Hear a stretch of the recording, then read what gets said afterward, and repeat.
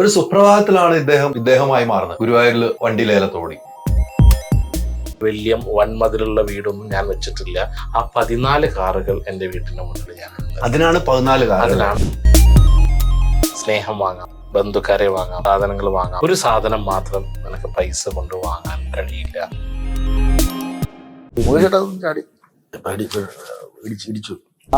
അത് ശരി, നീയാണ് ഫ്രണ്ടിൽ. ഞാൻ അതിങ്ങനെ വലിയ തലയുള്ള ഒരാള്. നമ്മൾ കഠിനാധ്വാനം ചെയ്തതിന്റെ ഫലത്തിന്റെ ആണ് ഇപ്പൊ നിൽക്കുന്നത്. ഇതിൽ കൂടുതലൊന്നും എനിക്ക് വേണ്ട.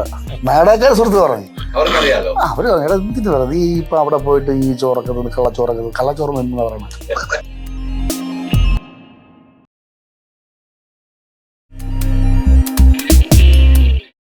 നിങ്ങളുടെ ഡിസൈനർ ഹോം എന്ന സ്വപ്നം യാഥാർത്ഥ്യമാക്കുന്നു. സാൻബിൾഡ് ഡിസൈൻഡ് ബൈ കോൺസെപ്റ്റ്സ്. നമസ്കാരം. പുതിയ സിനിമയുടെ വിശേഷങ്ങൾ പങ്കുവയ്ക്കാൻ 3 അതിഥികൾ, 3 പേർക്കും സ്വാഗതം. നമസ്കാരം. ഒരു ഇന്റർവ്യൂ കഴിഞ്ഞു, അടുത്ത ഇന്റർവ്യൂ എടുക്കാം. കാരണം വെച്ചാൽ ഈ സിനിമയോടുള്ള ഇഷ്ടമാണ്, സംവിധായകനുള്ള ഇഷ്ടമാണ്, പ്രൊഡ്യൂസറിനുള്ള ഇഷ്ടമാണ്. പിന്നെ ബിജുചേട്ടൻ വന്ന് തന്നെ ഇറങ്ങി പോകാനും പറ്റില്ല എനിക്ക്. ഷൂട്ടിംഗ് സ്ഥലത്ത് നിന്ന് പിന്നെ വരുവാണ്. അപ്പം അതെടുക്കാതെ ഞാൻ പോകില്ല എന്ന് തീരുമാനിച്ച് തന്നെ ഈ സമയം വരെ വെയിറ്റ് ചെയ്തത്. Iyer in Arabia. താങ്കളെ കുറിച്ച് ഞാൻ ഒത്തിരി കേട്ടിട്ടുണ്ട്.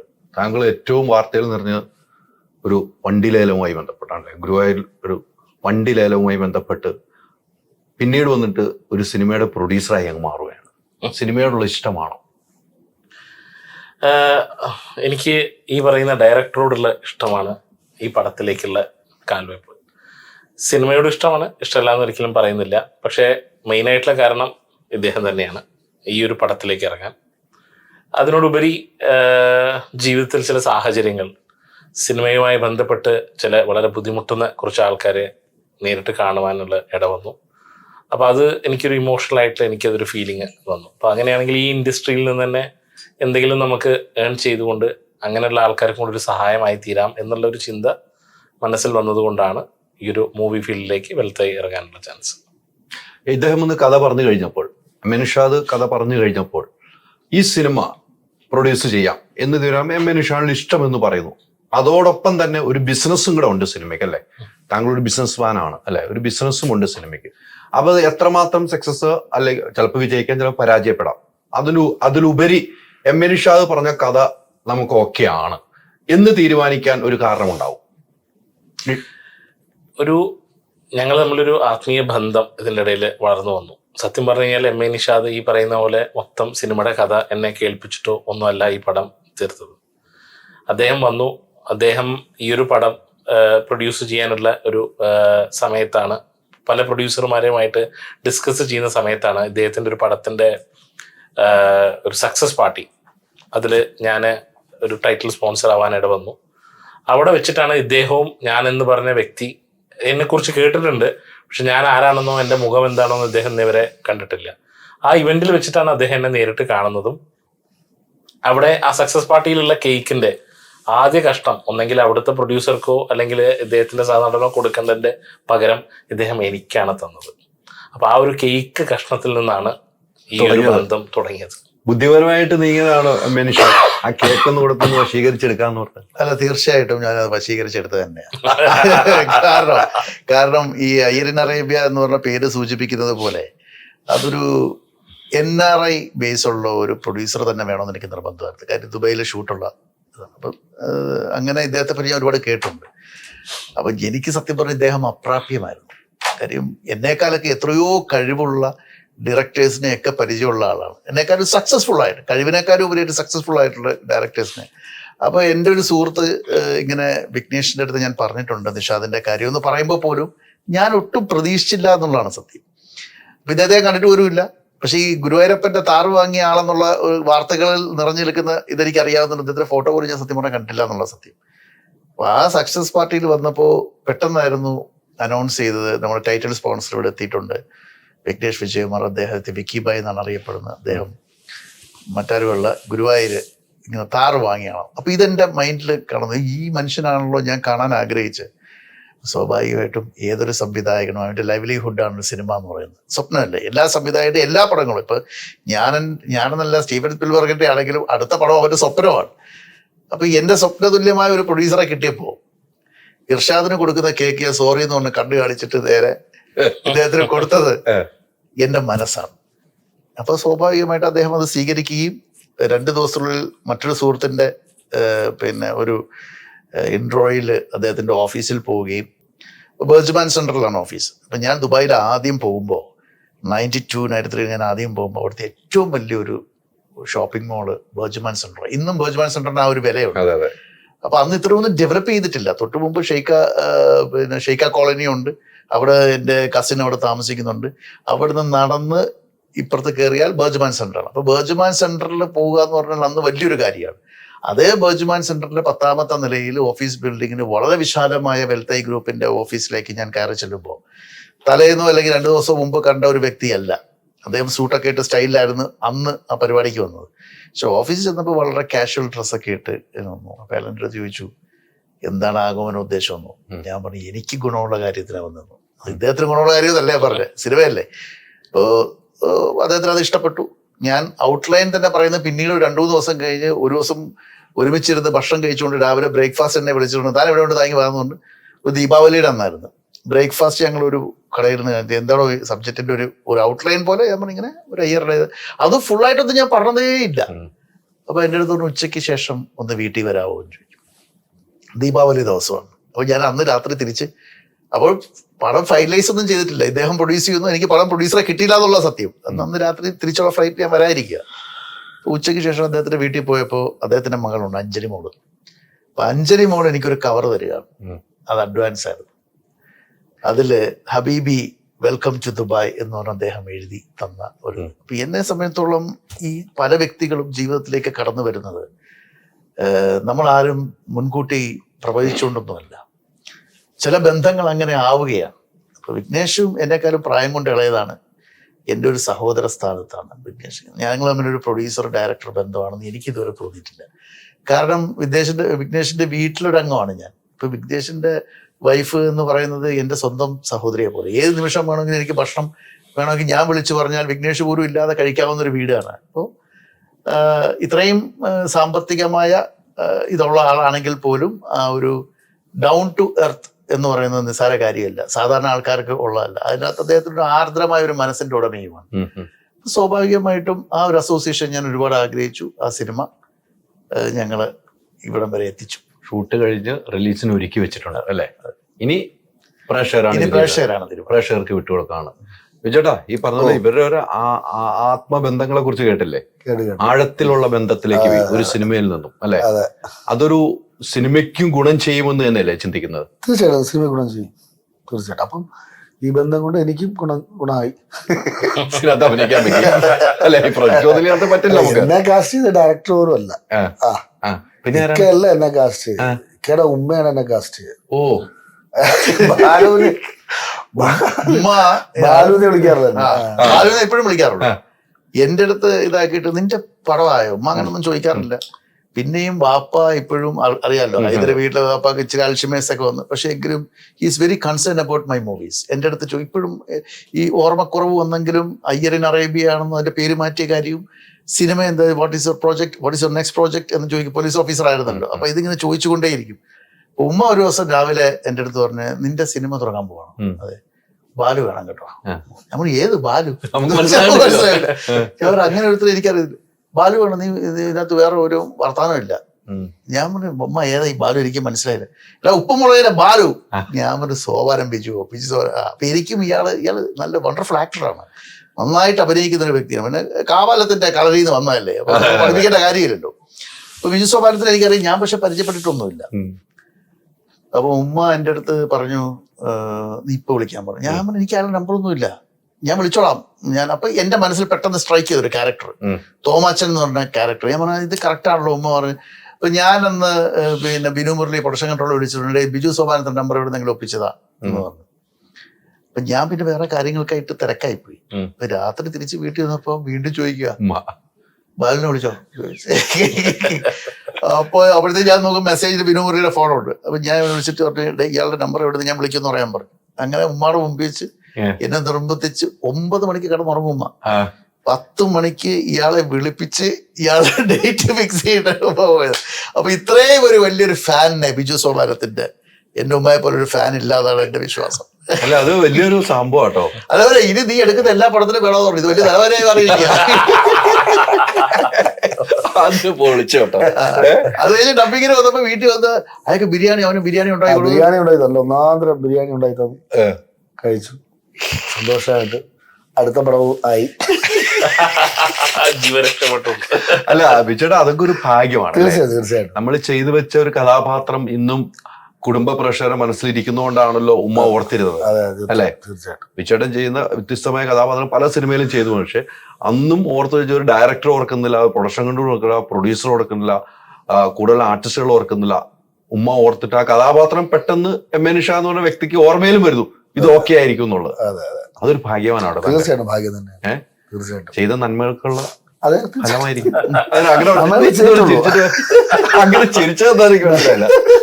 നന്മകളെ ചെയ്തിട്ട് അല്ല, നമ്മള് നന്മകൾ ചെയ്തില്ലെന്നുള്ളതല്ല, തിന്മ ചെയ്തിട്ടില്ല, അതുകൊണ്ടായിരിക്കും. നന്മ ഇപ്പൊ നമ്മൾ എണ്ണി പറഞ്ഞ് നന്മ ചെയ്തു നന്മ ചെയ്യുന്നല്ലോ, ഈ യാത്രയില് തിന്മകളൊന്നും ചെയ്തിട്ടില്ല, അതുകൊണ്ടൊക്കെ ആയിരിക്കും ഭാഗ്യം വന്നത്. ഈ ക്യാരക്ടർ പറഞ്ഞപ്പോൾ എന്ത് തോന്നി? ഉമ്മ പറഞ്ഞു വിളിച്ചു, പക്ഷെ തോമാച്ചൻ എന്നുള്ള ക്യാരക്ടറാണ് തരുന്നത്. എങ്ങനെയാണ് താങ്കൾ തൃപ്തനാവുക? അല്ല, കഥ എനിക്ക് ഞാൻ പറഞ്ഞിട്ട് ഞാൻ ഡ്രൈവ് ചെയ്തോണ്ടിരിക്കുകയായിരുന്നു. അപ്പൊ ഞാന് മറ്റേ ഷെഫിയുടെ പടത്തിന്റെ ആ ലൊക്കേഷനിൽ പോയിക്കൊണ്ടിരിക്കുകയാണ്. അപ്പൊ കഥ പറയട്ടെ ചോദിച്ചു. അപ്പൊ എനിക്ക് പിന്നെ പറയാൻ പറ്റില്ലല്ലോ, ഒരു അവസരം കിട്ടുമെന്ന് നമ്മളൊരിക്കലും ഞാൻ ശരി പിന്നെ പറയുന്നത് ഞാൻ പറഞ്ഞുള്ളൂ, നമ്മൾ ഓടിച്ചോണ്ടിരിക്കല്ലേ. അപ്പൊ കഥ പറഞ്ഞു. നമുക്ക് പിന്നെ കഥയുടെ അല്ലല്ലോ, നമുക്ക് ഈ പറയുന്ന പോലെ അറിയാമല്ലോ, നമ്മൾ ഈ നാടകത്തിൽ നിന്ന് വന്നുകൊണ്ട് വേഷങ്ങൾ ചെയ്യാൻ വേണ്ടി വെമ്പി നിൽക്കുകയല്ലേ.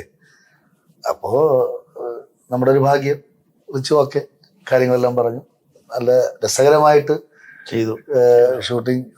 രസം എന്ന് പറഞ്ഞാൽ വീട് ഇദ്ദേഹത്തിന്റെ ഇരുന്നിട്ട് കൊണ്ട് അതായത് ദുബായില് വിഘ്നേഷിന്റെ വീട്, വിഘ്നേഷിന്റെ ഓഫീസ്, വിഘ്നേഷിന്റെ 12 വണ്ടിയുണ്ട്. അപ്പൊ 14 വണ്ടിയുണ്ട്, അതിലെ 12 വണ്ടി വിഘ്നേഷിന്റെ വൈഫ് ആർക്കും കൊടുക്കാത്ത വണ്ടി എനിക്ക് തന്നു. ആർക്കും ആദ്യ പോസ്റ്റർ, സാമ്പിൾ പോസ്റ്റർ ഇട്ടത് ആ വണ്ടിയോട് ചേർന്ന് നിൽക്കുന്ന പോസ്റ്ററാ. അന്ന് ഞാൻ ഇദ്ദേഹത്തിന്റെ ഒരു സംഭവം പറഞ്ഞു, ഈ പോസ്റ്റർ കാരണം എന്തെങ്കിലും ഒരു വിലപിടിപ്പുള്ള സാധനം കിട്ടും, അത് പകുതി ആക്കണം. അത് കണ്ടീഷൻ. പിന്നെ അത് പറഞ്ഞ് സത്യമായിട്ടും ഇന്നേ വരെ എനിക്ക് വരെ ആ വാഹനം തരാറില്ല. പക്ഷെ ഞാൻ ഒരു പേഴ്സണൽ, ഞാൻ ഒരു വട്ടത്തെ ഓടിച്ചിട്ടുള്ളൂ വണ്ടി, ഓക്കെ. പക്ഷെ ഞാൻ വളരെ അത്ഭുതപ്പെട്ടത് എങ്ങനെയാണെന്ന് വെച്ചാല് ആ വണ്ടി ഇദ്ദേഹത്തിന് ഷൂട്ട്. ഞാൻ പതുക്കെ പോയിട്ടേ ഫസ്റ്റ് ഡേ ഷൂട്ടിങ്, അപ്പൊ ഞാൻ Komalji is it okay, everything okay എല്ലാം പറഞ്ഞു. അപ്പോ എൻ്റെ ഒരു പാവത്തം കണ്ടിട്ട് ഞാൻ ലാസ്റ്റ് ഷൂട്ട് കഴിഞ്ഞപ്പോൾ ഞാൻ പറഞ്ഞു, വണ്ടി ഒന്ന് കിട്ടിയാൽ കൊള്ളാം. Which car? ഞാൻ പറഞ്ഞു റെഡ്. ഇതെങ്ങനെ നോക്കി, okay you take, sorry. Happy. അത് കഴിഞ്ഞിട്ട് എൻ്റെ അടുത്ത് പറഞ്ഞു, ജുവലറി വല്ലതും വേണോ ആർട്ടിസ്റ്റുകൾക്ക്? നമ്മൾ വേണമെന്നില്ല. ഞാൻ കുറച്ചു നേരം കഴിഞ്ഞപ്പോൾ ദുർഗയുടെ ഡയമണ്ട്സിന്റെ പുതിയ സാധനം, കോമൾജി നമുക്ക് ഒരു ഡയമണ്ടും വേണ്ട, ഉള്ളത് വെച്ച് അഡ്ജസ്റ്റ് ചെയ്തോളാം എന്ന് പറഞ്ഞു. പക്ഷെ ഭയങ്കരമായിട്ട് നമ്മളെ സപ്പോർട്ട് ചെയ്തു ഷൂട്ടിങ്ങിനും മറ്റു കാര്യങ്ങൾക്കൊക്കെ. അപ്പൊ അതൊക്കെ നമുക്ക് വളരെ സന്തോഷമുണ്ട്. ഇദ്ദേഹത്തിന്റെ യോട്ടാണ് നമ്മൾ ഉപയോഗിച്ചത് ഷൂട്ട് ചെയ്യാൻ വേണ്ടി, ഹെലികോപ്റ്റർ, അങ്ങനെ ഒരുപാട് കാര്യങ്ങൾ അദ്ദേഹത്തിൻ്റെതായിട്ടുള്ള കാര്യങ്ങൾ. അപ്പൊ അതുകൊണ്ട് ഷൂട്ടിങ്ങിന് അത്തരം കാര്യങ്ങൾക്കൊന്നും നമുക്ക് ബുദ്ധിമുട്ടുണ്ടായില്ല. ഈ പറഞ്ഞ പോലെ വീട്ടിലായിരുന്നു അല്ലേ, സ്വന്തം വീട് പോലെയായിരുന്നു.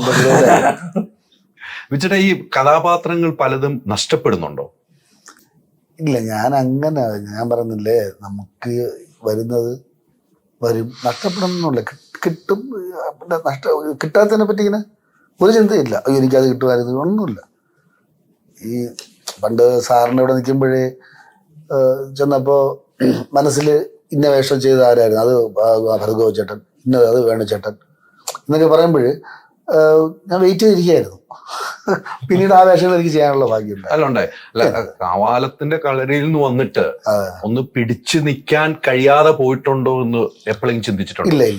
ഇല്ല, ഒരിക്കലില്ല. അത് ഞാൻ പറയുന്നത് 96 തൊട്ട് ഇതുവരെ 3 വർഷവും എല്ലാ മാസവും 10-15 ദിവസം മുഖത്ത് ചായ ഇടും. ഇതുവരെ മുടക്കം വന്നിട്ടില്ല ഇതുവരെ. അല്ല, അതങ്ങനെ തന്നെ വേണം. അത്രയും ഇഷ്ടപ്പെടുന്ന പ്രേക്ഷകർ നിലവിലുണ്ട് ബിജുചേട്ടനുണ്ടെന്ന കാര്യത്തിൽ യാതൊരു സംശയമില്ല.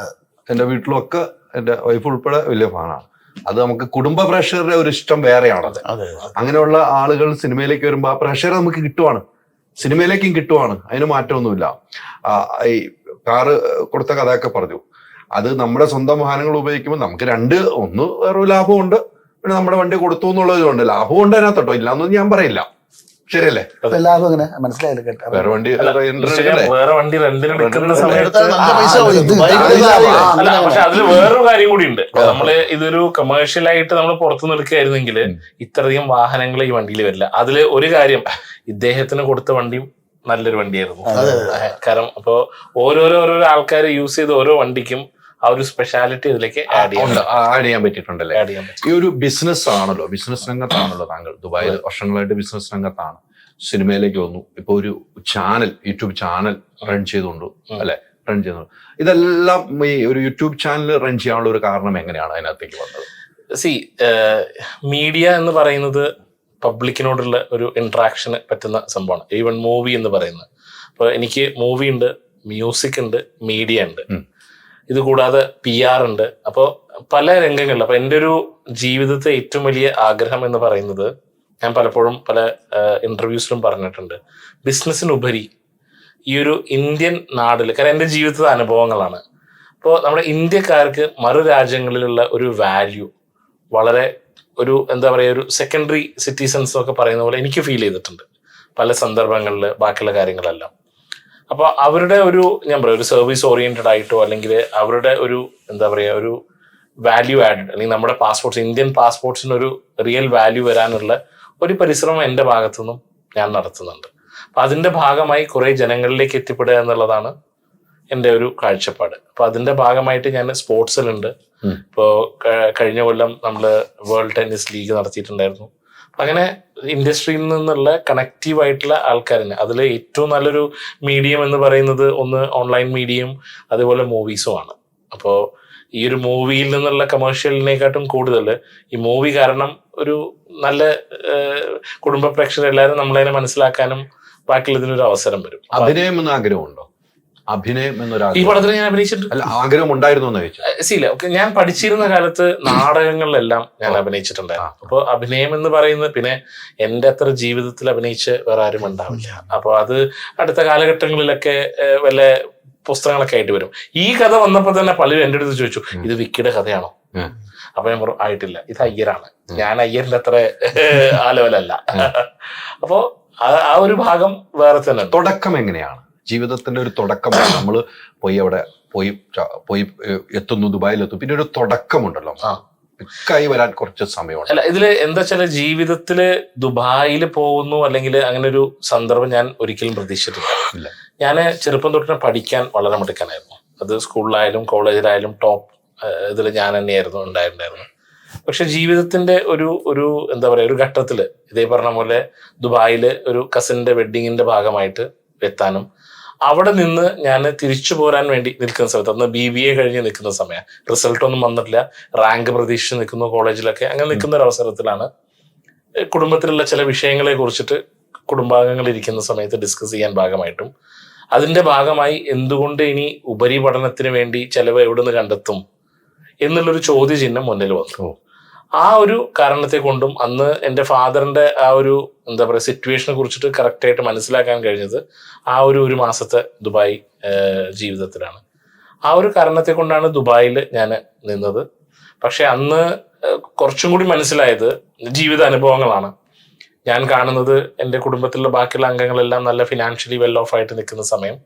പക്ഷെ ഞാനൊരു ജോലി തേടി ഒരു ജോലിയിലേക്ക് പ്രവേശിക്കുന്ന സമയത്ത് വളരെ അടുത്ത ബന്ധുക്കൾ വരെ നമ്മളതിനെ അകറ്റാനാണ് ശ്രമിച്ചിട്ടുണ്ടായിരുന്നത്. അപ്പം ഞാൻ ഒരു 4-5 ബെഡ്റൂം ഒരു ഡ്യൂപ്ലെക്സ് ഫ്ലാറ്റിൽ നിന്ന് ഒരു ചെറിയ റൂമിൽ 7 പേര് ഷെയർ ചെയ്യുന്ന ഒരു റൂമിലും 14 പേര് യൂസ് ചെയ്യുന്ന ഒരു ബാത്റൂമും യൂസ് ചെയ്യാനുള്ള ഒരു ഘടകത്തിലേക്ക് വരിക. അപ്പൊ ജീവിതത്തിന്റെ ആ ഒരു വലിയ ചേഞ്ച് ഓവർ വരുന്നത് അവിടെയാണ്. പക്ഷെ അന്നാണ് ഒരു മനുഷ്യന്റെ വാല്യൂ അവന്റെ കയ്യിലുള്ള പണമാണ് നിർണ്ണയിക്കുന്നത് എന്നുള്ളതിന്റെ ഒരു ഭാഗം ഞാൻ മനസ്സിലാക്കിയത്. ആ ഒരു കുറച്ച് നാളുകൾ ഞാൻ ഈ പറയുന്ന എന്താ പറയാ അബ്ര സൈഡിലൊക്കെ പോയി ഞാൻ ഇരുന്ന് കുറേ ചിന്തിച്ചിട്ടുണ്ട്, ഇങ്ങനെ ഈ ബിൽഡിംഗ് ഒക്കെ നോക്കിയിട്ട്. അപ്പൊ ഇത് മനസ്സിൽ ശരിക്കും ഒരു വികാരമായി മാറി. ആ വികാരം ഒരു മുറിവായി, ആ മുറിവ് എനിക്കൊരു പ്രചോദനമായി. അതിൽ നിന്നാണ് പണത്തിലേക്കുള്ള യാത്ര തുടങ്ങുന്നത്. അപ്പൊ ആ കാലഘട്ടങ്ങളിൽ നല്ലൊരു കമ്പനിയിൽ തന്നെ ജോലി കിട്ടി. ലോകത്തിലെ ഏറ്റവും വലിയ ഡയറി പ്രൊഡ്യൂസേഴ്സാണ് അവര്. 2 ദിവസത്തെ ഒഴിവുണ്ട്, 5 മണി വരെ ജോലിയുള്ളൂ. ഞാൻ രാവിലെ കാലങ്ങളിൽ നേരത്തെ നീക്കുന്നത് കൊണ്ട് ആ സമയങ്ങളിൽ എനിക്ക് സമയം ഉണ്ടായിരുന്നു. അപ്പോൾ വേറെ ഒരു എക്സ്ട്രാ ഇൻകത്തിന് വേണ്ടിയിട്ടുള്ള ശ്രമങ്ങൾ തുടങ്ങി. അതിന്റെ ഭാഗമായിട്ടാണ് ഞാൻ ആ കാലഘട്ടങ്ങളിൽ കാർ വാഷിംഗ് ആണ് ചെയ്തിട്ടുണ്ടായിരുന്നത്. അതായിരുന്നു ഒരു വരുമാന മാർഗം അന്നത്തെ. കാരണം അന്ന് ഈ പറഞ്ഞ പോലെ ദുബായും ബാക്കിയുള്ളൊന്നും അറിയില്ല. ഇദ്ദേഹം പറയുന്ന പോലെ ഒരു കരാമയും ഒരു ബുർജുമാനെ അറിയുള്ളൂ. അപ്പോൾ ഇദ്ദേഹം പറഞ്ഞ പോലെ തന്നെ AC-ലിരിക്കാൻ വേണ്ടിയിട്ട് ഞങ്ങൾ ഈ ബുർജുമാൻ്റെ ഉള്ളിൽ പോയിരിക്കാറുണ്ട്. കാരണം നടന്ന് വന്ന് ആകെ വേർത്ത് ആകെ ചൂട്.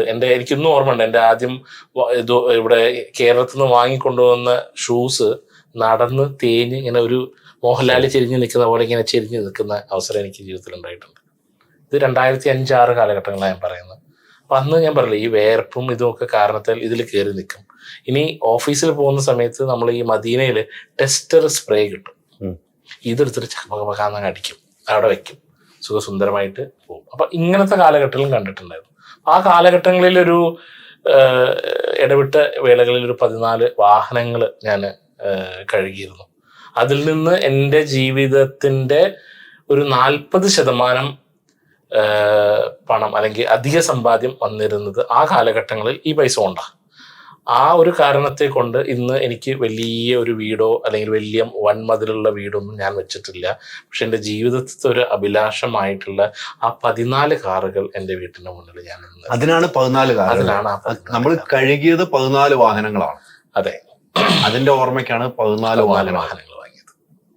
അപ്പൊ മുറിവ് ഏൽപ്പിച്ചെങ്കിലും അത് വ്രണമായില്ല. ഇല്ല അല്ലെ? അതൊരു പ്രചോദനമായി. പിന്നെ ജീവിതത്തിൽ അറിവെന്ന് പറയുന്നത് വലിയൊരു സംഭവമാണ്. ബന്ധങ്ങളുടെ, ഇപ്പൊ ഇദ്ദേഹം പറഞ്ഞ പോലെ തന്നെ ഒരു ആത്മീയ ബന്ധം ഒരു മനുഷ്യനായിട്ട് തോന്നുന്നത് നമ്മൾ അദ്ദേഹത്തിന്റെ പെരുമാറ്റം, അദ്ദേഹം നമ്മളുടെ സന്ദർഭങ്ങളിൽ നമ്മുടെ കൂടെ നിൽക്കുന്നു. അപ്പൊ ഞാനും ഇദ്ദേഹത്തിൻ്റെ അടുത്ത് പറഞ്ഞു, ജീവിതത്തിൽ എനിക്ക് ഇനി എന്തൊരു അവസരം വരികയാണെങ്കിലും, കാരണം ഇദ്ദേഹം ഈ പടം ചെയ്യുന്ന സമയത്ത് ഇതിന്റെ മുന്നേ എത്രയോ ഡയറക്ടർമാർ എന്നെ സമീപിച്ചിട്ടുണ്ട്. എത്രയോ ഡയറക്ടർമാര് എന്നെ കണ്ടിട്ടുണ്ട്, ഭാഗങ്ങള് കുറച്ച് പൈസ ഇൻവെസ്റ്റ് ചെയ്യാൻ പറ്റൂ, ഒന്നിലും ഞാൻ ചെയ്തിട്ടില്ല. പക്ഷെ ഇദ്ദേഹം എന്നെ കാണുന്നു. 2-ാമത്തെ ദിവസം 3-ാമത്തെ ദിവസം ഞങ്ങൾ ഭക്ഷണം കഴിച്ചതിന് ശേഷം ഞാൻ പറഞ്ഞേ, കഥ പോലും ഞാൻ ഈ പടത്തിന്റെ ചോദിച്ചിട്ടില്ല. ഞാനാണ് ഇദ്ദേഹത്തിൻ്റെ അടുത്ത് പറഞ്ഞത്, താനിക്ക് വേറെ ആള് വേണ്ട, ഈ പടം ഞാൻ പ്രൊഡ്യൂസ് ചെയ്തോണ്ട്.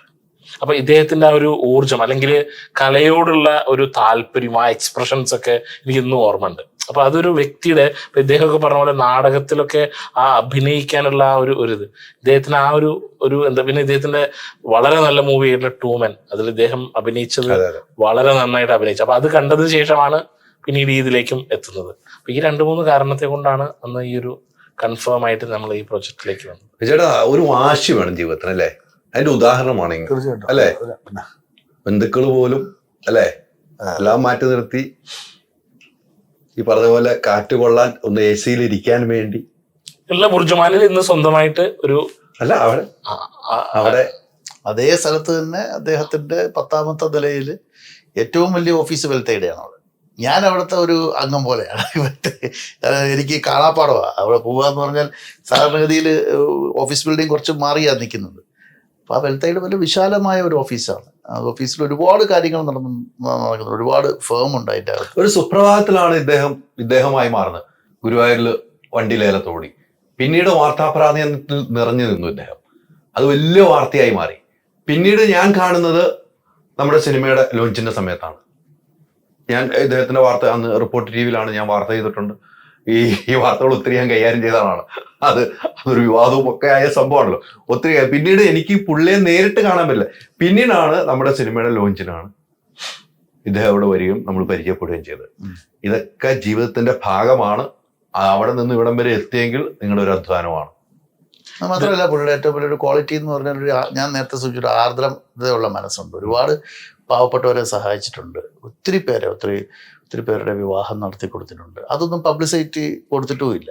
എനിക്കറിയാവുന്ന ഒരുപാട് കാര്യങ്ങൾ നടത്തിയിട്ടുണ്ട്. അപ്പം അതൊക്കെ ഒരു മനുഷ്യനെ മനുഷ്യനാക്കുന്ന ഇത്തരം കാര്യങ്ങളല്ലേ. പിന്നെ തീർച്ചയായിട്ടും ഈ സിനിമയിലേക്ക് നമ്മൾ തിരിച്ചെത്തിക്കാൻ മുകേഷ് ചേട്ടൻ അല്ലേ, ഉർവശി ചേച്ചി, ഇവരുടെ 2 കോംബോ എന്ന് പറയുമ്പോൾ വീണ്ടും കോംബോ കാണുമ്പോൾ ആളുകൾ ഇങ്ങനെ കാണാൻ ഏറ്റവും കൂടുതൽ മലയാളത്തിലെ ടൈമിംഗ് ഉള്ള ആർട്ടിസ്റ്റുകളാണ് 2 പേരും. അതെ. മുകേഷ് ചേട്ടനെ പോലൊരു ആർട്ടിസ്റ്റ് ഉണ്ടല്ലോ, ഒരു ഡയറക്ടർക്ക് എന്തൊരു സുഖമാണെന്നറിയോ.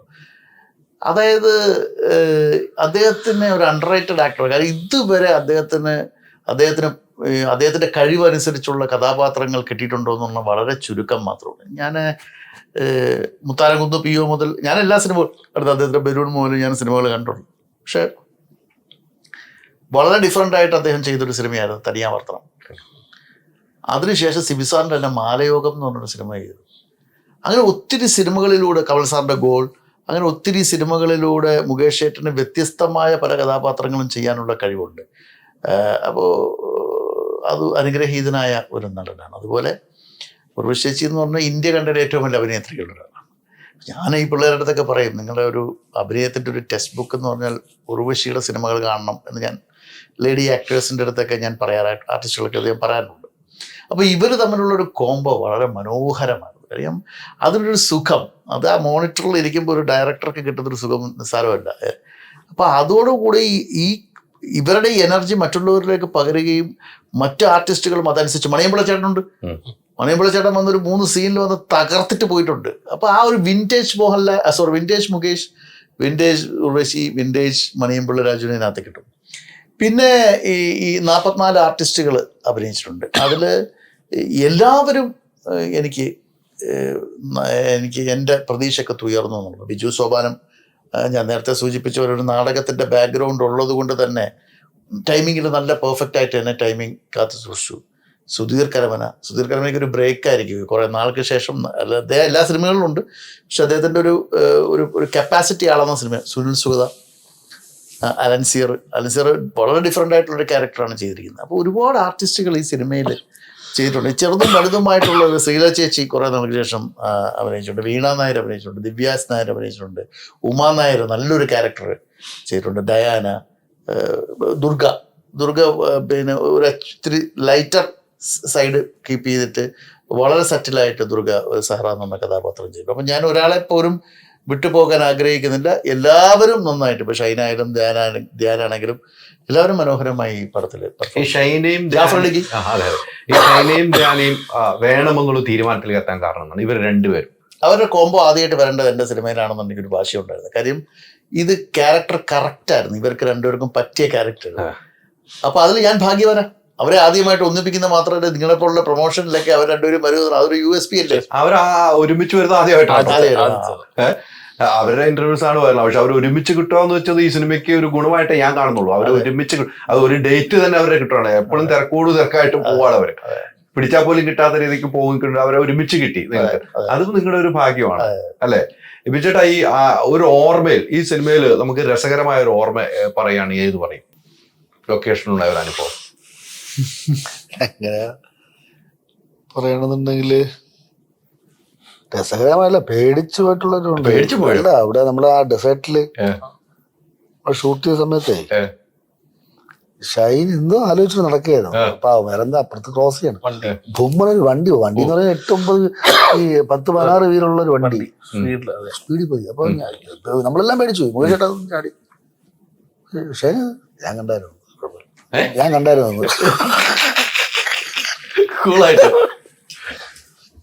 അപ്പൊ ചേട്ടൻ പറഞ്ഞു, എടാ അവനൊന്നും ചെയ്യില്ല, അത് മാറി ഇങ്ങോട്ട് വന്നനെ, പിന്നെ ഒന്നും മിണ്ടണ്ട, നമ്മ തീർന്നു.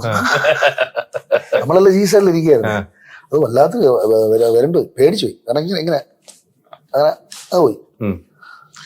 അത് ആ ഏരിയ അങ്ങനത്തെ ഒരു ഏരിയ ആണ്. പക്ഷെ വളരെ വിജനമായ ഏരിയയും വണ്ടികൾ വളരെ സ്പീഡില് നമ്മൾ തന്നെ വരുന്ന സമയത്ത് ക്രോസ് ചെയ്യാൻ വളരെ ബുദ്ധിമുട്ട്, പേടിച്ചു. കാരണം ഒന്നാമത് ഈ അറബ്സും അതേപോലെ വലിയ ട്രെയിലേഴ്സും ഒക്കെ ആ വഴിയിൽ ക്യാമറാസ് ഒന്നും ഇല്ല. അപ്പൊ ഒരു 160-150 അടിച്ചു പൊളിച്ചിട്ടാ പോകുന്നത്.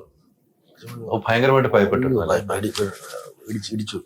ഈ ധ്യാനും ഷൈനൊക്കെ ആയിട്ട് ഒരുമിച്ച് അഭിനയിക്കുന്ന ധ്യാനായിട്ട് ഇപ്പൊ ഇപ്പൊ എല്ലാ പടം ധ്യാനിന്റെ കൂടെ തന്നെയായിരുന്നു.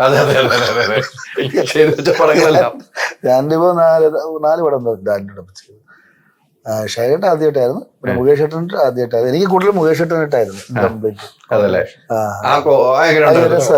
ഞാൻ ഈ നമ്മളൊക്കെ പറയുന്ന പോലെ ചേട്ടനെ കാണാൻ ആഗ്രഹിച്ചിരിക്കുന്ന ആൾക്കാരല്ലേ. ഞാൻ പഴയ കാര്യങ്ങളൊക്കെ ചോദിക്കും, ചേട്ടൻ പഴയ സിനിമാ കഥകൾ പറഞ്ഞു. ഭയങ്കര രസമാണ്. പിന്നെ അഭിനയിക്കുന്ന ഒരു മടിയില്ല. പിന്നെ ഈ പറയുന്ന പോലെ അഭിനയം എന്നുള്ളതല്ല, നമ്മളിങ്ങനെ ചിരിച്ച ആൻസർ പറയുന്ന ചോദിക്കുന്നു, നമ്മൾ പറയുന്നു, അങ്ങോട്ട് പോകുന്ന കൊടുക്കൾ വാങ്ങൽ. ഞാൻ രസകരമായിട്ട് അഭിനയിക്കുന്നുള്ള സംഭവം ഇല്ല. ഒരു കാര്യങ്ങൾ പറഞ്ഞിങ്ങനെ രസിച്ച് ഇങ്ങനത്തെ പോകുന്നൊരു ഉർവശി ചേച്ചിയായിട്ട് ആ ചേച്ചിയുടെ മുഖത്തും സംഭവം ആ കാണാതെ കഥകളില്ല. ആ ഒരു സംഭവം ഒരു വിഷമ ഘട്ടത്തില് ചേച്ചി ഇങ്ങനെ ആ മുഖത്തിലെ നമുക്കിനെ അറിയാതെ ഒരു ഫീൽ. അതാണ് ഒരു ആക്ട്രസ് എന്ന് പറയുമ്പോഴേ നേരത്തെ പറഞ്ഞാൽ ഇന്ത്യയില് സത്യ ഇങ്ങനെ ആളില്ല. തമാശ അപ്പൊ എല്ലാരും പറഞ്ഞു ഭയങ്കര സൂപ്പർ സ്റ്റാർ എന്നൊക്കെ പറയണില്ലേ. പക്ഷെ നമ്മളത് വ്യക്തമായിട്ട് നേരിട്ട് ഉർവശി ചേച്ചി ആദ്യം കാണുന്നത് ഞാൻ 10ാം ക്ലാസ്സിൽ പഠിക്കുമ്പോ നന്ദി വീണ്ടും വരിക സിനിമ എടുക്കാൻ വന്നപ്പോൾ ഞാൻ ചേച്ചിയുടെ പറഞ്ഞത് അപ്പുറത്ത് മമ്മൂക്കയുടെ ക്ലാസ് ഇരിക്കാൻ എനിക്ക് പറ്റിയില്ല. മാറ്റി എന്നൊക്കെ വലിയ തടിമിടുക്കുള്ളവന്മാർ അവിടെ കയറിയിരുന്നു. എനിക്ക് ഉർവശി ചേച്ചിയുടെ ക്ലാസ്സിലായിരുന്നു അഭിനയിക്കാൻ കിട്ടി. അഭിനയിക്കാൻ അവൻ ഇങ്ങനെ നോക്കിയോണ്ട് ഞാൻ നന്നായി ഞാൻ ചേച്ചിയോട് പറയുകയും ചെയ്തു. അപ്പൊ അതാ അത് ശരി നീയാണ് ഫ്രണ്ടിൽ ഞാൻ അതിങ്ങനെ വലിയ തലയുള്ള ഒരാള് ഞാനായിരുന്നു എന്ന് പറഞ്ഞു. ലവ് രസമല്ലേ. പിന്നെ വീട്ടില് ചേച്ചിയുടെ അഭിനയിക്കാനുള്ള ഒരു ഭാഗ്യം കിട്ടുമെന്ന് പറഞ്ഞു. അതിനുശേഷം അഭിനയിച്ചപ്പോ ഇതില്ല അല്ല അത് പണ്ട് ഞാൻ എത്ര വർഷം മുമ്പ് പിന്നെ വളരെ 10ാം ക്ലാസ് അത് കഴിഞ്ഞ് വർഷങ്ങൾ പോയി നമ്മൾ ആടത്തിൽ പോയി അത് പോയി പിന്നെ ഇപ്പോ ചേച്ചിയുടെ അഭിനയിക്കാൻ പറ്റിയില്ലേ. വലിയൊരു ഭാഗ്യമല്ലേ. പിന്നല്ല അല്ലേ ഈ താങ്കൾക്ക് ഒരു സിനിമയിൽ വേണ്ടത്ര ചാൻസ് കിട്ടുന്നില്ല എന്ന് ഞാൻ പറഞ്ഞാൽ അല്ല അങ്ങനെയൊന്നുമില്ല. ചാൻസ് ഇങ്ങനെ കിട്ടും. അല്ല അങ്ങനെ ഞാൻ പറഞ്ഞാൽ തെറ്റുമോ?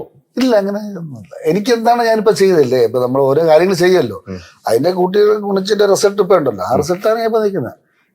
ഞാനിപ്പോ എന്താണ് ചെയ്തത് അതിന്റെ റിസൾട്ട് എനിക്ക് കിട്ടുന്നുണ്ട്. ഇത്രയേ ഉള്ളൂ. അല്ല ഞാനിപ്പം നേരത്തെ പറഞ്ഞ പോലെ കാവലസാറിൻ്റെ അവിടെ നിന്നല്ലേ. അപ്പൊ എനിക്ക് കാവലസാറിൻ്റെ അവിടെ നിന്നിട്ട് അത്രയും ലൈബ്രറിയിൽ അത്രയും പുസ്തകങ്ങളുണ്ട്.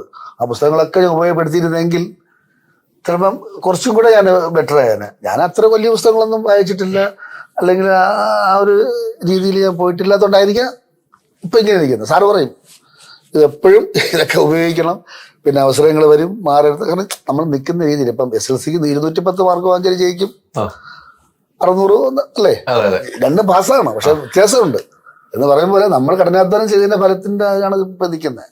ഇതിൽ കൂടുതലൊന്നും എനിക്ക് വേണ്ട, ഇങ്ങനെ പോയാൽ മതി. അല്ല ഇങ്ങനെ പോയാൽ മതി എന്ന് പറയുമ്പോൾ കഠിനാധ്വാനം ചെയ്തു തുടങ്ങിയത് അല്ല ചെയ്തു ഞാൻ പറഞ്ഞില്ലേ നമുക്ക് മാക്സിമം ഉപയോഗിക്കാമായിരുന്നു തിയേറ്റർ. ഞാൻ പറഞ്ഞ ആക്ടിങ് വൈസ് അല്ല, അത് നമ്മൾ ഈ പറയുന്ന പോലെ നമുക്ക് അത് ഒരു എന്താ പറയാൻ ഒരു ഭ്രാന്തമായ ഒരു സമീപനമായിരുന്നു ആക്ടീവ്സ്. അല്ലെങ്കിൽ സംസ്കൃത നാടകങ്ങൾ ചെയ്യാൻ പറ്റില്ല നമുക്ക് ഒരിക്കലും. ഈ ഭാസന്റെയും കാളിദാസന്റെയും സംസ്കൃത നാടകങ്ങളാണ് കൂടുതലും ചെയ്തിട്ടുള്ളത്. അപ്പൊ അത്ര വലിയ അറിവില്ല. എൻ്റെ കുടുംബപരമായിട്ട് ആരും കലാകാരന്മാരൊന്നും അല്ല. അപ്പൊ നമുക്കിത് സ്വായത്തമാക്കാം. ഞാൻ ചെന്നപ്പോൾ എല്ലാ നടന്മാരുടെ അച്ഛൻ, ഇപ്പൊ കൃഷ്ണൻകുട്ടിയായ മകൻ ശിവൻ, പിന്നെ കലാമണ്ഡലത്തിന്റെ ആൾക്കാർ, മോഹിനിയാട്ടത്തിന്റെ റിസർച്ച് ചെയ്യുന്നവർ, എല്ലാം ബാക്ക്ഗ്രൗണ്ട് ഉണ്ട്. ഞാൻ മാത്രം സാധാരണ ഒരാളുള്ളൂ. അപ്പൊ എനിക്ക് അത്രയും കഠിനാധ്വാനം ചെയ്യേണ്ടി വന്നു ഒരു വേഷം ചെയ്യാൻ വേണ്ടിയിട്ട്. അപ്പൊ അങ്ങനെ ചെയ്തിട്ടുണ്ട്. ഞാൻ പറയാം അതല്ല, ഇപ്പം നമുക്ക് പറയാമല്ലോ, ഇപ്പം കുറച്ചും കൂടെ ബെറ്റർ ആവാമായിരുന്നു എനിക്ക് തോന്നുന്നു. അതെ, അവിടുത്തെ മാക്സിമം യൂസ് ചെയ്തിരുന്നെങ്കിൽ ഇതിനപ്പുറത്തേക്ക് എത്താമായിരുന്നു തോന്നുന്നുണ്ട്. അപ്പുറത്തേക്ക് മീൻസ് അറിവുണ്ടായി അവർക്ക് മേഖലകളിൽ ഇപ്പൊ എഴുത്തായിരുന്നാലും എഴുത്ത് അങ്ങനെ മേഖല ഉണ്ടല്ലോ. ഇപ്പൊ സംഗീതത്തിന്റെ ഇപ്പൊ നമ്മൾ അവിടുത്തെ താളങ്ങൾ മൊത്തം ഏകദേശമൊക്കെ കുറച്ചെങ്കിലും അറിയാവും. അതിനുവേണ്ടി നമ്മൾ കുറച്ച് താളത്തിന്റെ ആൾക്കാരായിരുന്നതിന് ഇപ്പൊ ഏത് പാട്ട് കേട്ടാൽ നിന്റെ രാഗം എന്ന് പറയാൻ പറ്റിയേനെ, മനസ്സിലായി. അപ്പൊ എല്ലാത്തിനും ഇപ്പൊ ഞാൻ പിന്നെ അവിടെ നിന്നുകൊണ്ട് വേറൊരു ഗുണമുണ്ട്. നേരത്തെ പറഞ്ഞ പോലെ നാടകം കൊണ്ട് മാത്രം ജീവിക്കാൻ പറ്റില്ല. അപ്പൊ ഞാൻ അവിടെ തിമില പഠിച്ചു, പഞ്ചവാദ്യം. അങ്ങനെ ഞാനൊരു 3 വർഷം ട്രിവാൻഡ്രം, കൊല്ലത്തുള്ള എല്ലാ അമ്പലങ്ങളിലും ഞാൻ പഞ്ചവാദ്യം വായിക്കാൻ പോകുമായിരുന്നു എൻ്റെ സൈഡ് വരുമാനത്തിന് വേണ്ടി. അപ്പൊ അങ്ങനെയൊക്കെയുള്ള കാര്യങ്ങളൊക്കെ പോയി തൃപ്തനാണ് അല്ലേ? പിന്നെ തീർച്ചയായും നല്ല സന്തോഷം. പോയാൽ മതി, അതിങ്ങനെ പോയി യാത്ര ഇങ്ങനെ തുടർന്ന് കിട്ടിയ നാടകം ചെയ്യണമെന്ന് ആഗ്രഹമുണ്ട്. അത് അവസാനം ചെയ്തത് വേണിച്ചേട്ടനായിട്ട് ഭഗവതജീവ നാടകം ചെയ്തു. പിന്നെ ഇപ്പൊ നാടകം ചെയ്യുന്നില്ല, ചെയ്യണമെന്ന് ആഗ്രഹമുണ്ട്. ഇവിടെയൊക്കെ നാടകം ചെയ്യാൻ തുടങ്ങി, ആഗ്രഹം മനസ്സിലുണ്ട്. നമ്മൾ നാടകം ചെയ്യുമ്പോൾ എൻ്റെ അടുത്ത് പറഞ്ഞു. അപ്പൊ ഞാൻ പറഞ്ഞു ഒരു കാരണവശാലും നാടകത്തിൽ ഞാൻ വരാം എന്ന് പറഞ്ഞാൽ വന്നതായിരിക്കണം. കാരണം അത്രയും റിഹേഴ്സൽ നമ്മുടെ മനസ്സിന് സന്തോഷം അല്ലെങ്കിൽ നമുക്ക് തൃപ്തി വരുന്ന റിഹേഴ്സൽ ചെയ്തിട്ട് സ്റ്റേജിൽ കയറാൻ പറ്റുള്ളൂ. അല്ല നമ്മൾ വെറുതെ വീഴ്വാക്ക് പറഞ്ഞിട്ട്. കാരണം ഞാൻ അനുഭവിച്ചാണ്. ഞാൻ ഭഗവത്ജീവൻ ചെയ്തപ്പോൾ ഞാനത് 1-2 മാസം റിഹേഴ്സൽ എടുത്തിട്ടാണ് നമ്മൾ ചെയ്യുന്നത്. ഈ സാറിന്റെ ആണ്ടായപ്പോ വേണിച്ചേട്ടൻ പറയട്ടെ അത് നീ ചെയ്തിട്ടുള്ള നാടകമാണല്ലോ. അപ്പൊ ഞാൻ ചേട്ടാ ചെയ്തിട്ടുള്ള, അപ്പൊ ജോൺ പോൾ സാറിന് നമുക്ക് ധൈര്യം തന്നു. നീ ചെയ്തിട്ടുള്ളല്ലോ, സാറൊക്കെ കണ്ടിട്ടുണ്ട് ഈ നാടകം. അപ്പൊ ഞാനൊരു 4 ദിവസത്തെ റിഹേഴ്സൽ, കാരണം എനിക്ക് സ്റ്റേജിൽ കയറിയപ്പോൾ ശ്വാസം കിട്ടില്ല. ഒന്നാമത് ശബ്ദത്തിന്റെ ക്രമീകരണം വേണം, ഉച്ചത്തിൽ സംസാരിക്കണം, നമ്മൾ തന്നെയാണ് പാടേണ്ടത് ലൈവായിട്ട്. അപ്പൊ അതൊക്കെ ചെയ്തപ്പോഴും ഞാൻ ഡൗൺ ആയി, അവിടെ നിന്ന് വിറച്ച്. പക്ഷെ ആൾക്കാർ കൊള്ളാൻ കിട്ടുമെന്ന് പറയും. പക്ഷെ കൊള്ളാന്ന് പറഞ്ഞെങ്കിലും എന്റെ മനസ്സിലൊക്കെ കൊള്ളില്ല. നമ്മൾ തൃപ്തനല്ല. നാടകക്കാരായിട്ടുള്ള സുഹൃത്തുക്കൾ പറഞ്ഞു മേലെ ഈ പണിക്ക് നീ വരുന്നു. നാടകക്കാർ സുഹൃത്തുക്കൾ പറഞ്ഞു, അവർക്കറിയാലോ, അവര് പറഞ്ഞു എടാ എന്തിനു പറയുന്നത്, നീ ഇപ്പൊ അവിടെ പോയിട്ട് ഈ ചോറൊക്കെ തിന്ന് കള്ളച്ചോറ് എന്ന് പറയണ. അതായത് സിനിമയും നമ്മളെ സീരിയലൊക്കെ കള്ളച്ചോറ്. അതെ, സിനിമ ആസുരകലയും നാടകം ദൈവിക കലയാണെന്ന് പറയും. തീർച്ചയായും. അപ്പൊ സ്വാഭാവികമായിട്ട് ഇപ്പൊ എന്നെ പറഞ്ഞ് പേടിപ്പിച്ചോണ്ടിരിക്കുക. കാരണം ഞാനൊരു നാടകം കമ്മിറ്റ് ചെയ്തിട്ടുണ്ട്. സുയോധനനായിട്ട്, ദുര്യോധനന് സുയോധനൻ എന്നുള്ള പേരാണല്ലോ, സുയോധനനായിട്ട് അഭിനയിക്കുന്ന ഒരു നാടകം. ആ നാടകത്തിൽ എൻ്റെ കൂടെ ഞാൻ ഇദ്ദേഹത്തെ ക്ഷണിച്ചു. അപ്പോൾ ഇദ്ദേഹത്തിന് സമയം ഇല്ല. സുധീർ കരമനയും സുനിൽ സുഗതയും അതിനകത്തുണ്ട്. അപ്പോൾ അത് അടുത്ത ഈ വർഷം അവസാനം അത് സ്റ്റേജ് ചെയ്യും. ശരി, അത് വേണം, എല്ലാ മേഖലയിലും വേണം. താങ്കൾ ആളുകളെ വിശ്വസിക്കുന്നത് എങ്ങനെയാണ്? ഒരാളെ വിശ്വസിക്കുന്നത്, ഒരു വിശ്വാസത്തിൽ എടുക്കുന്നത് എങ്ങനെയാണ്? എൻ്റെ ജീവിതത്തിൽ എനിക്ക് കിട്ടിയ ഏറ്റവും വലിയ ഒരു അറിവ് അല്ലെങ്കിൽ ഒരു വാക്ക്, ഒരു വളരെ പ്രശസ്തനായിട്ട് ഇന്ത്യയല്ല ലോകം മുഴുവൻ അറിയുന്ന ഒരു വ്യക്തി എന്നോട് പറഞ്ഞൊരു വാക്കുണ്ട്. അദ്ദേഹവുമായിട്ടുള്ള ബന്ധം അല്ലെങ്കിൽ ഒരു ആത്മീയ ബന്ധത്തിൽ ഞാൻ മുന്നോട്ട് പോകുമ്പോൾ അദ്ദേഹം പറഞ്ഞു, ജീവിതത്തിൽ എന്തും നിനക്ക് പണം കൊണ്ട് വാങ്ങാം, സ്നേഹം വാങ്ങാം, ബന്ധുക്കാരെ വാങ്ങാം, സാധനങ്ങൾ വാങ്ങാം, സുഖം വാങ്ങാം, സൗഖ്യം വാങ്ങാം. ഒരു സാധനം മാത്രം നിനക്ക് പൈസ കൊണ്ട് വാങ്ങാൻ കഴിയില്ല, അത് ട്രസ്റ്റാണ്. വിശ്വാസം എന്ന് പറയുന്ന ഒരു കാര്യം മാത്രം പണം കൊണ്ട് വാങ്ങാൻ കഴിയില്ല. അപ്പോൾ ഞാൻ ആദ്യം ഉത്തരം കൊടുത്തത് ലവ് എന്നൊക്കെയാണ്, പക്ഷെ അത് വളരെ കറക്റ്റാണ്. അപ്പോൾ ഒരിക്കലും ഒരു വ്യക്തിനെയോ ഞാൻ പറയാം, ഒരു വ്യക്തി ഈ പറഞ്ഞ പോലെ ജീവിതം ഒരു വലിയ നാടകമാണ്. നമ്മുടെ കൂടെ നിൽക്കുന്ന വ്യക്തികളോ നമ്മളുടെ മനസ്സിൽ അവരെ കുറിച്ചുള്ള പെർസെപ്ഷൻ വെച്ചിട്ടായിരിക്കും നമ്മൾ കാണുക.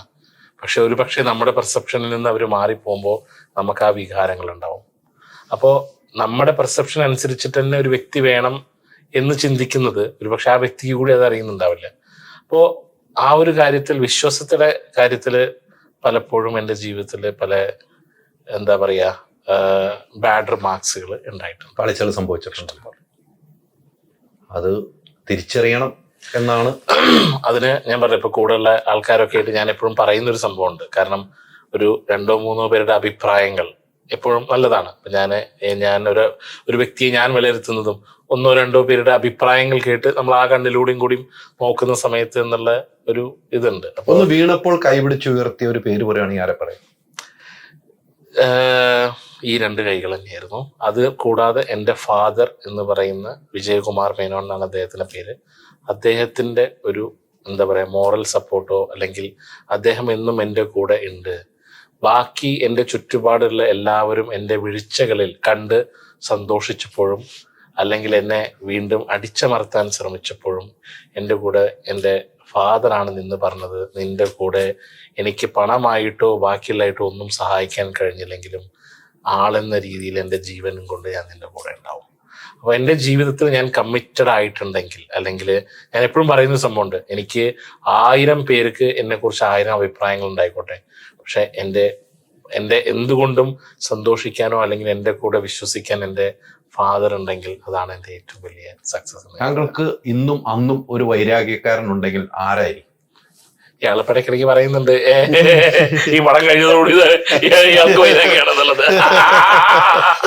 ഈ പടം തുടങ്ങുന്ന സമയത്ത് പലരും എന്നെ ഉപദേശിച്ചു. എന്താണെന്ന് വെച്ചാല് തുടക്കത്തിൽ ഡയറക്ടറും പ്രൊഡ്യൂസറും ജിങ്കായിരിക്കും, പക്ഷെ പടം അവസാനിച്ച് വരുമ്പോ നിങ്ങൾ തമ്മിൽ നല്ല 2 മാച്ചൊക്കെ കാണാന്നുള്ളത്. പക്ഷെ എനിക്ക് ഞാൻ പറയാം, ഞാൻ മനസ്സുകൊണ്ട് ആരെയും വെറുക്കാറില്ല. അല്ലെങ്കിൽ ഞാൻ പറയും, തെറ്റുകൾ മനുഷ്യന് സാഹചര്യം, അത് നമുക്ക് പൊറുക്കാൻ കഴിയുക എന്നുള്ളതാണ്, അല്ലെങ്കിൽ അതിനോട് യോജിക്കുക എന്നുള്ളതാണ് അതിൻ്റെ ഏറ്റവും വലിയ. അങ്ങനെയാണ് എൻ്റെ അമ്മയും അല്ലെങ്കിൽ അമ്മമാരിൽ നിന്ന് ഞാൻ കേട്ടിരിക്കുന്നത്. അതുകൊണ്ട് ഞാൻ വൈരാഗ്യമായിട്ട്, അല്ലെങ്കിൽ ഞാൻ കേട്ടിട്ടുണ്ട് പലപ്പോഴും എൻ്റെ ഓഫീസിൽ ലോ ഓഫീസുണ്ട്, അവിടെ ചില ആൾക്കാർ വന്ന് പറയും, അയാൾ എന്നെ 1 ലക്ഷം രൂപ പറ്റിച്ചു, ഞാൻ നിങ്ങൾക്ക് 2 ലക്ഷം രൂപ തരാം, പക്ഷെ അവനെ ജയിലിലിട്ട് അടിച്ച് അങ്ങനെയാക്കി ഇങ്ങനെയാക്കി. അപ്പൊ ഞാൻ അവരോട് ചോദിക്കും, നിങ്ങൾ തരുന്ന 2 ലക്ഷം രൂപയിൽ നിന്ന് 1 ലക്ഷം രൂപ അവൻ്റെതാണെന്ന് വിചാരിച്ച് നിങ്ങൾ എടുത്തോളൂ, സമാധാനമായി. അപ്പോ മറ്റുള്ളവരുടെ ജീവിതം ഇതാക്കാം, അല്ലെങ്കിൽ അതിനോട് എനിക്ക് യോജിപ്പില്ല. സ്വന്തമാക്കിയ വാഹനം ഫസ്റ്റ് ജീവിതത്തില് ഇവിടെയാണ് ഞാൻ വാഹനം വാങ്ങിയത്. അത് അമ്മയ്ക്ക് വാങ്ങിക്കൊടുത്ത സുസുക്കി സിയാസ് ആണ്, സ്വന്തമായി എന്ന് പറഞ്ഞ. ദുബായില് ഞാൻ ഇവിടെ എന്റെ മനസ്സുകൊണ്ട് ഞാൻ സ്വന്തമാക്കി എന്ന ആദ്യ വാഹനം അമ്മയ്ക്ക് അത് ആ വാഹനം ഇന്നുണ്ട്. ഇത്രയും മോതിരം ഇത്രയും സ്വർണ്ണമൊക്കെ ഉപയോഗിക്കണം എന്നുള്ള തീരുമാനത്തിലെത്താൻ കാരണം എന്താ? ആവശ്യം വരുമ്പോൾ ഊരി കൊടുക്കാമല്ലോ. എന്നും സ്വർണം അല്ല, അതിനൊരു കാരണമുണ്ട്. എന്റെ അച്ഛനും അമ്മയ്ക്കും ഒരേ ഒരു മകനാണ്. അപ്പോ എന്റെ ചെറുപ്പം തൊട്ടിട്ട് തന്നെ അച്ഛന് ഒരു പെൺകുട്ടി വേണമെന്നുള്ള ആഗ്രഹം ഉണ്ടായിരുന്നു. അപ്പോൾ പെൺകുട്ടി ഇല്ലാത്തത് എനിക്ക് നന്നായി. അപ്പൊ അവര് വളരെ ചെറുപ്പം തൊട്ടിട്ട് തന്നെ, ഞാനും ഇത് ചോദിച്ച ചോദ്യം, എന്റെ കയ്യിലും ബ്രേസ്ലെറ്റ്, മാല, അരഞ്ഞാണം, കാലില് 2 തള, ഇങ്ങനെയൊക്കെ അന്നിട്ടുണ്ടായിരുന്നു. അപ്പൊ ആ വലുതായി വന്നപ്പോഴും ആ ശീലം അങ്ങനെ അങ്ങനെ വന്നു.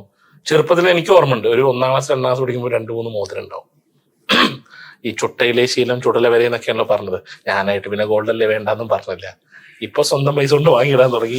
ആവശ്യമുണ്ടെങ്കിൽ ഊരി കൊടുക്കും. അവനെ അല്ല, അങ്ങനെ ചില അവസരങ്ങളിലും ഉണ്ടായിട്ടുണ്ട്. എന്ന് വെച്ച് കഴിഞ്ഞാല് ആവശ്യം എന്ന് പറഞ്ഞാൽ ഞാനത് തമാശയായിട്ടാ പറഞ്ഞത്. അല്ല, ഞാൻ കാര്യമായിട്ട് എടുത്തു. അതെ, അല്ല ഡെഫിനറ്റ്ലി ഞാൻ കാര്യമായിട്ട് എടുത്തു. ആവശ്യമായിട്ട് കാര്യമായിട്ട് എടുത്തു. ഇപ്പൊ ആവശ്യമൊന്നുമില്ല, അതുകൊണ്ട് ഊരി മേടിക്കുന്നുമില്ല. എങ്കിലും താങ്കളെ കുറിച്ച് ജീവിതം ഒരു യാത്ര എനിക്ക് ഇതിൽ നിന്ന് കുറച്ച് ഉൾക്കൊണ്ടു. പക്ഷെ താങ്കൾ പറഞ്ഞ ഒരു പോയിന്റ് എനിക്ക് ഭയങ്കരമായിട്ട് സ്ട്രൈക്ക് ചെയ്തു. താങ്കളെ പറ്റിച്ചവരുമുണ്ട്, വിശ്വസിക്കാൻ പറ്റാത്തവരുമുണ്ട്. ഇനിയും കൂട്ടുമ്പോൾ വിശ്വസിക്കാൻ പറ്റുന്നവരെ കൂട്ടുക. അങ്ങനെ ഉണ്ടെങ്കിൽ പിന്നീടുള്ള വീഴ്ച വരുമ്പോൾ നമ്മൾ ഇങ്ങനെ ഇരിക്കേണ്ടതായി വരും ഉറപ്പായിട്ടും. അപ്പോൾ ഈ പറഞ്ഞ അയ്യർ അറേബ്യ സൂപ്പർ ഹിറ്റ് ആണ്. ഇതിന്റെ 25ാമത്തെ ദിവസവും 50ാം ദിവസവും ആഘോഷിക്കാനുള്ള ഭാഗ്യം ജഗദീഷ് നമുക്ക് തരട്ടെ. അങ്ങനെ അടിപൊളിയായിട്ട് ആഘോഷിക്കാം. അതിന്റെ ഒരു സക്സസ് സെലിബ്രേഷൻ ഇവിടെ നിന്ന് എല്ലാവരും കൂടി ദുബായിൽ ആഘോഷിക്കാനുള്ള ഭാഗ്യം നിങ്ങൾക്ക് കൊണ്ടാട്ടെ. ഇവിടുത്തെ എല്ലാ ഓൺലൈൻ കാര്യങ്ങളും അങ്ങനെ ഞാൻ പറയുള്ളൂ. നമ്മള് ഇവരൊക്കെ കൊണ്ടുപോകണം, ജുനൂഷാനൊക്കെ കൊണ്ടുപോകണം. ഇവരുടെ നേതൃത്വത്തിൽ ദുബായിലേക്ക് ഇവിടെ ചാർട്ട് ചെയ്ത് കൊണ്ടുപോയി നമ്മൾ ദുബായിൽ ആഘോഷം. അപ്പൊ ഞാനിത് ഓർമ്മപ്പെടുത്തിയ എല്ലാവരും കൊണ്ടുപോകാൻ വേണ്ടിയാണ്. ഇതിൽ കൂടുതൽ എനിക്ക് നിങ്ങൾക്ക് വേണ്ടി പറയാൻ പറ്റില്ല കേട്ടോ. ഒരു കാരണം പണ്ട് കാലങ്ങളിൽ ഇവിടുന്ന് ഈ എന്താ പറയാ, ഈ ദുബായില് പ്രോഗ്രാംസ് ഒക്കെ ഉണ്ടാവുന്ന സമയത്ത് ഞാൻ കേട്ടിട്ടുണ്ട്, നമ്മുടെ വിജയേട്ടനാണ് എല്ലാവരെയും, ഈസ്റ്റ് കോസ്റ്റ് വിജയേട്ടനാണ് എല്ലാവരെയും. അപ്പൊ ഞാൻ അദ്ദേഹത്തിനെ പേഴ്സണലായിട്ട് ഒരു കാലഘട്ടത്തിൽ അറിയുന്നുണ്ടായിരുന്നു. അദ്ദേഹത്തിനെ കുറിച്ച് വളരെ അടുത്ത കാലത്തുണ്ടായിരുന്നു. വളരെ അടുത്ത കാലഘട്ടങ്ങളിൽ എനിക്ക് എന്റെ മനസ്സിലൊരു ആഗ്രഹം, താങ്കൾ പറഞ്ഞു ഈ കാര്യമെങ്കിലും, ഞാൻ ആഗ്രഹിച്ചൊരു കാര്യമാണ് ഒരു ഫുൾ ഫ്ലൈറ്റ് ഇവിടെ നിന്നുള്ള യൂട്യൂബേഴ്സും ഈ പറയുന്നതായിട്ടുള്ള ആൾക്കാരൊക്കെ വെച്ച് നമ്മളൊരു സംഭവം അടിച്ചു പൊളിക്കും. ഇത് കണ്ടിട്ട് ഓൺലൈൻകാർ എന്നെ വിളിക്കല്ലോ, ഇവിടെ തന്നെ വിളിച്ചോണം കേട്ടോ. നമ്പർ മാത്രം പറഞ്ഞാൽ മതി. എന്തായാലും പോകും. ആ പോകണമെങ്കിൽ നമ്മൾ എല്ലാവരും കൂടെ സിനിമ സപ്പോർട്ട് ചെയ്ത് വിജയത്തിലേക്ക് എത്തിക്കുകയും ചെയ്യണം. അപ്പൊ ഒത്തിരി സന്തോഷം. Thank you.